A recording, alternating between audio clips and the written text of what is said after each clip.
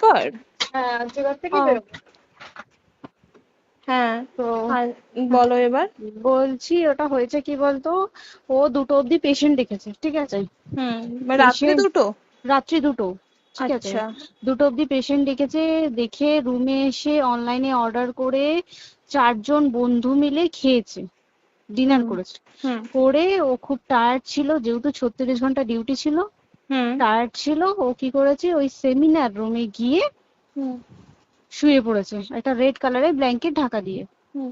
কিন্তু তারপরে মানে সেমিনার রুমে এমনি কি তোমাদের ওরকম সেমিনার রুমে টুমে ঘুমানো হয়? মানে আমি যদিও কোনো আইডিয়া নেই, ওই জন্য জিজ্ঞেস করছি। না, এবার একটা রেসিডেন্টাল ডক্টর রুমস থাকেই, আচ্ছা। বুঝতে পেরেছিস, তারপরেও সেমিনার থাকে। এবার হুম। সেমিনারে একটা বেড থাকে, আর আচ্ছা ডক্টরস রুমে 2টো 3টে, যেরকম বড় ঘর হবে সেরকম বেড পাতা থাকে। আচ্ছা আচ্ছা। মেনলি ডক্টরস রুমে শোয়ার কথা, ঠিক আছে। হুম হয়েছিল কি, ওকে বডিটা পাওয়া গেছে সেমিনার রুমে, হুম কিন্তু ঘুমাচ্ছিল ডক্টরস রুমে। যে হুম রুমটা তোর এখন ভাঙা হয়েছে, দেখেছিস রুমটা ভেঙেছে, হুম হুম হুম হুম, একটা ভিডিও ঠিক দেখছিলাম। বাথরুমের পাশেই, হুম ঠিক আছে, মানে বাথরুমটাকে অজুহাত দিয়ে হুম ওই রুমের দেয়ালটা ভেঙে দিয়েছে। অ্যাকচুয়াল কাণ্ডটা ঘটেছে তোর ইয়েতে, ওই রুমটার ভেতরে, ডক্টর রুমে? ডক্টরস রুমে। ডক্টরস রুমেটা ঘটনাটা ঘটেছে, ওই বডিটাকে তো ডক্টর ধস্তাধস্তি। রুমে ওই দিন আর কেউ ছিল না, খালি মানে অনলি ওই দিদিটাই ঘুমাচ্ছিল? হ্যাঁ, এবার তোকে আমি বলি, অন কলে নিশ্চয়ই একজন থাকবে না, না। ওরা জুনিয়র সিনিয়র মিলিয়ে থাকে, এমনকি থার্ড ইয়ার একজন থাকবে, সেকেন্ড ইয়ার একজন থাকবে, হুম প্লাস ফার্স্ট ইয়ারের ইন্টার্নশিপরা যারা থাকে তারা ইন্টার্নরা থাকে। হুম আর চেস্ট এমন একটা ওয়ার্ড হচ্ছে, কোভিড এর পর থেকে প্রায় হামেশাই সবার শ্বাসকষ্ট হচ্ছে, মানে আসছে মানেই শ্বাসকষ্ট হচ্ছে। হুম আর চেস্ট ওয়ার্ড আর চেস্ট মেডিসিন দুটোই হুম পাশাপাশি ওয়ার্ড, হুম ঠিক আছে। হুম। তো কেউ কি শুনতে পায়নি? কেউ শুনতে পায়নি। হ্যাঁ, ওটাই তো আমি ওই দিনকে ওটাই ভাবছিলাম এবার যে। দেখ, ধস্তাধস্তি করাতে একটা নিশ্চয়ই চিৎকার হয়, একটা ভাইলেন্ট হয়, হুম হুম বুঝতে পেরেছিস। হুম তারপরে আবার কি, যে 4জন ওর সাথে খেয়েছে তারা কোথায়, তারা কেন মিডিয়ার সামনে আসছে না? হুম। তাই ঠিকই তো, তো। তারা কেন আসছে না? তোমার ওই এক- দিন ডিউটি ছিল না রাতে? ওই দিনকে আমি নাইটে ডিউটি করছিলাম। আচ্ছা। আমি নাইটে ডিউটি করে এসেছি, আমার লাস্ট নাইট ছিল। তো হুম আমার তো 3 দিন নাইট থাকে, তিন হুম দিন নাইট থাকার পর লাস্ট নাইট ছিল, লাস্ট নাইটের পর বুধবার আমার লাস্ট নাইট, বুধবার রাতে ঘটনাটা ঘটেছে। হুম আমি বাড়িতে এসেছি, রীতিমতো বাড়িতে এসে শুয়ে পড়েছি। 3টের সময় আমার কাছে ফোন এসছে যে সবাইকে ডেকে পাঠিয়েছে, ইমিডিয়েট আয়। হুম। তখন গিয়ে দেখি আরজিকরে এই অবস্থা, পুরো গোটা হাসপাতালকে ডেকে পাঠিয়েছিল। গিয়ে দেখি পুলিশ ছয়লা, মানে, আর ওকে যেভাবে, আমি তো বডিটা দেখেছি রে, মানে আমাদের হুম। এখনো পর্যন্ত চোখ থেকে নামছে না। রীতিমতো মনে হচ্ছে মেয়েটা যেন আমাদের পাশে পাশে ঘুরছে, হুম একদম হুম হুম এরকম, মানে মানে অদৃশ্যমান, মানে আমরা এরকম ভাবতে পারছি না যে এরকম ভূত হুম থাকে বা একটা স্পিরিট থাকে বা কিছু। এখন আমরা বুঝতে পারছি না ওর আত্মাটা এখনো ঘুরছে আমাদের আশেপাশে। দেখ, ওর আমার তলাটায় নাকি, তো ওর থেকে ও থাকে 4 তলায়, 4 তলায় ঘটনাটা ঘটেছে, ঠিক 2টো ফ্লোর নিচেই আমি থাকি, আমার আচ্ছা। রুমটা, ঠিক আছে। কিন্তু তাও আতঙ্কে আমরা মানে একদম স্তব্ধ হয়ে গেছে আরজিকরটা। কিন্তু ব্যাপারটা হচ্ছে, তাহলে ডক্টর রুম থেকে ওকে সেমিনার রুমে নিয়ে যাওয়া হয়েছে? হ্যাঁ, অবশ্যই নিয়ে যাওয়া হয়েছে। এবার দেখ, নিয়ে যাওয়া হয়েছে, ওকে যেভাবে মারা হয়েছে, এটা একার পক্ষে সম্ভব অসম্ভব, না দিস একদম। Is a impossible. পুরোপুরি গ্যাং রেপ, গ্যাং রেপ ছাড়া কোনো কিছু নয়। আর শুধুমাত্র রেপ নয়, রেপ হলো, করলো, ছেড়ে দিল, ঠিক আছে, ওকে রীতিমতো মার্ডার করেছে। মানে মানে হিসেব মতো যা বুঝছি মানে তোমার কথাতে, হ্যাঁ, ওটা হচ্ছে ওর ওই বন্ধু বান্ধব মেবি ইয়েস, জড়িত। এক্স্যাক্টলি। হয় ওর বন্ধু বান্ধব কেউ, ঠিক আছে, মানে 4জনের মধ্যে কেউ, আইদার ওকে এমন কিছু করতে বলতে, দেখ বড় বড় কোম্পানিতেও তো এরকম হয়, মানে হুম হয় তুমি আমার সাথে কম্প্রোমাইজ হুম করো, নয় হুম তুমি হুম চাকরি হুম ছেড়ে চলে হুম যাও, হুম হুম হুম হয় তো। হুম হুম। এ- এখানেও সেরকম কিছু একটা হয়েছে। যাকে যে ক্রাইম করেছে, সেও কিন্তু নর্মাল ডক্টর নয়, কিন্তু সেও একটা ভালো পোস্টে র্যাঙ্ক করছে, বুঝতে পেরেছিস, তবেই কিন্তু পুরো ব্যাপারটাকে হসপিটাল চেপে যেতে চাইছে, পুরো ব্যাপারটাকে। তাহলে এই সিভিক যে, ও কোথা থেকে আসছে? এবার তোকে আমি বলি ওটা কোথা থেকে আসছে। আমাদের প্রিন্সিপাল চেঞ্জ হয়ে গেছে, ডেপুটি সুপার হুম চেঞ্জ হয়ে গেছে, তারপরে আমাদের ওই অ্যাসিস্ট্যান্ট সুপার চেঞ্জ, সব চেঞ্জ হয়ে গেছে। হুম তারপরে যে ওয়ার্ডের ডাক্তাররা ছিল, সিস্টাররা ছিল, ওয়ার্ড বয়রা ছিল, মাসিরা ছিল, সবাইকে ডেকে এখন হুম সাসপেন্ড করা হয়েছে। হুম তারা কোথাও যেতে পারবে না, রোজ গিয়ে কোর্টে গিয়ে দেখা করেছে, আজকেও কোর্টে গেছিল সবাই। হুম তারপরে উম, তারপরে তোমার তোর এগুলো হলো, তারপরে তোর কি বলে, আরে বল না, ওই সিবিআই এটা হয়েছে কি, মানে ও সেই সঞ্জয় রায় যে ধরা পড়েছে, হুম অ্যাকচুয়াল কিন্তু ও নেই, হুম ঠিক আছে? ওর এতটা ক্ষমতাই হয় না। ও অত রাত্রে কি করতে যাবে? হুম ও অত রাত্রে ওখানে কি করতে যাবে? ও না পেশেন্ট, ও নাকি বলছে দালাল পেশেন্ট নিয়ে গেছে, তো পেশেন্ট নিয়ে যখন গেছে দিদিটার রুমে যখন যাবে, নিশ্চয়ই দিদিটার রুমে কোনো কাগজপত্র দেখাতে যাবে, সেই অবস্থায় গিয়ে দেখে যে এরকম এরকম ঘটনা, তা ঝাঁপিয়ে পড়েছে ওর উপরে। হুম এরকম কিছু কি, তাও কিছু নয়, শুধু গেছে দেখছে ড্রিঙ্ক অবস্থায়, ওকে ক্যামেরায় দেখা গেছে ড্রিঙ্ক অবস্থায় গেছে আর এসছে, এইটুকুই দেখা গেছে। তারপরে হচ্ছে কি, তোর অনেক রকম এখানে অনেক রকম ব্যাপার আছে। যে দিনকে ঘটনাটা ঘটে তার ঠিক দুদিন পরে ওই সেমিনার বাথরুমের অজুহাত দিয়ে ডক্টর যে রুমের হুম দেওয়ালটা আছে ওই হুম দেওয়ালটা ভেঙে দিয়েছে। কেন? প্রথমে ওকে বললো সুসাইড করেছে, আমাদের যখন ফার্স্ট খবর আছে তখন সুসাইড করেছে। হুম তারপরে যখন হসপিটালে যাই তখন গিয়ে শুনছি নাকি না সুসাইড করেনি, এটা রেপ করেছে, রেপ করে মার্ডার করা হয়েছে। হুম বুঝতে পারলি, এখানে বিশাল বড় একটা গেম চলছে। এবার আর যে ওর উপর কি রাগ ছিল মানে? হ্যাঁ হ্যাঁ হ্যাঁ হ্যাঁ হ্যাঁ হ্যাঁ, একদম আমি তো কি বললাম, শোন তুই যদি কারোর সাথে কম্প্রোমাইজ করি তাহলে তোর পোস্ট হুম বাড়বে, হুম হুম তুই হুম কারোর সাথে কম্প্রোমাইজ করবি না তোকে মার্ডার করে দেবে। মানে মানে ওরকম টাইপের কিছু বলছো তো? এরকমই টাইপের কিছু একটা ছিল। আইদার খুব রাফ, মানে খুব রাগ, খুব মানে খুব ওর উপরে খুব ফ্রাস্ট্রেশন ছিল, যারই ছিল খুব ফ্রাস্ট্রেশন ছিল। শুধু ওকে মারিনি রে, রীতিমতো মার্ডার করেছে। ওর যে ক্ল্যাচারটা ছিল, হুম ওর আমি ইউরিন, শুনেছি এটা। ওর ইউরিনের রাস্তায় ক্ল্যাচারটা ঢুকিয়ে দিয়েছে, তুই ইস, জানিস?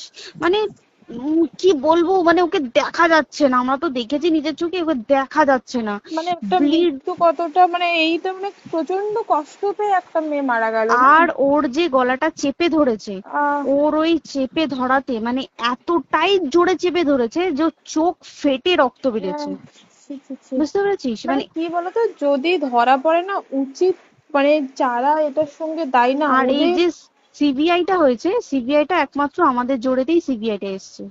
মানে হুম হুম আমরা ওই সঞ্জয় রায় একার পক্ষে সম্ভব না এইসব। তারপরে পোস্টমর্টম রিপোর্টে তুই জানিস ওই আমাদের ভাজাইনা থেকে 150 গ্রাম স্পাম বেরিয়েছে।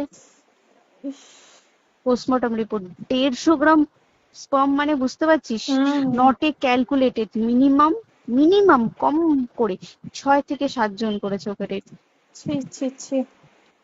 ওই জন্যই তো আমরা এতটা বেশি ভাইলেন্ট হয়ে গেছি, বুঝতে পেরেছিস? আর তারপরে আমাদের দেখো, একটা মেয়ে তার কাজের জায়গাতেই ছিল, এমনটা নয় যে রাস্তাঘাটে কোনো বিপদ, ও তার কাজের আরে জায়গাতেই সেফ নয়। শোন দেখ, বড় বড় কোম্পানিতে কি হয়, রুমের ভেতরে এগুলো হয়, মানে ধর রুমের ভেতরে হলো, যেমন কল সেন্টারে হয়, নাইট হুম শিফটে হুম হয়, হুম হুম। এইগুলো একসেপ্টেবল।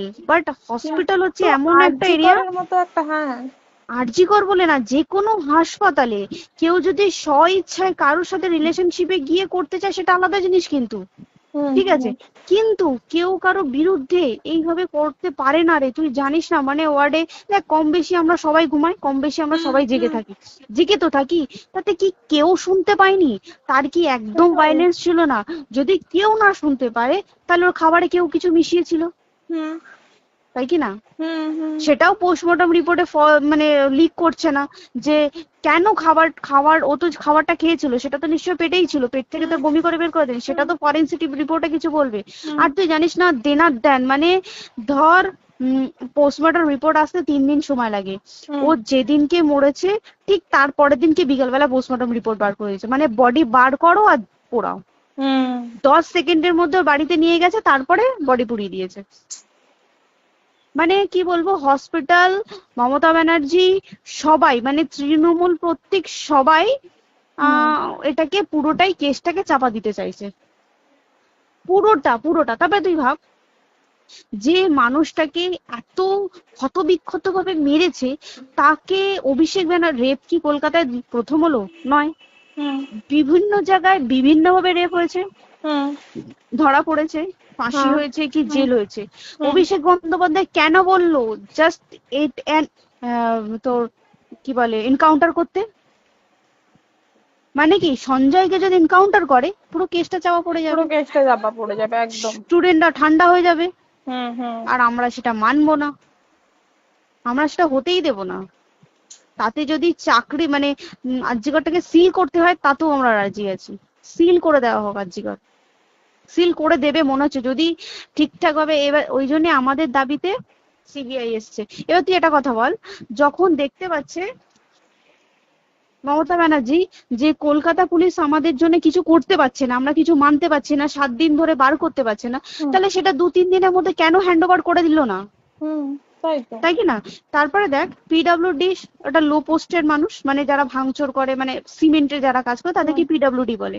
হুম এবার পিডব্লিউডির নিশ্চয়ই হায়ার অথরিটি থেকে অর্ডার এসছে তবেই ওরা গিয়ে ভেঙেছে। ওরা হুম নিশ্চয়ই পাগল নয় দুম করে গিয়ে কোনো গভর্নমেন্ট প্রপার্টি ভেঙে দেবে। হুম অর্ডারটা কে পাস করলো যে এখনই চেস্ট ওয়ার্ডটাকে ভাঙতে হলো?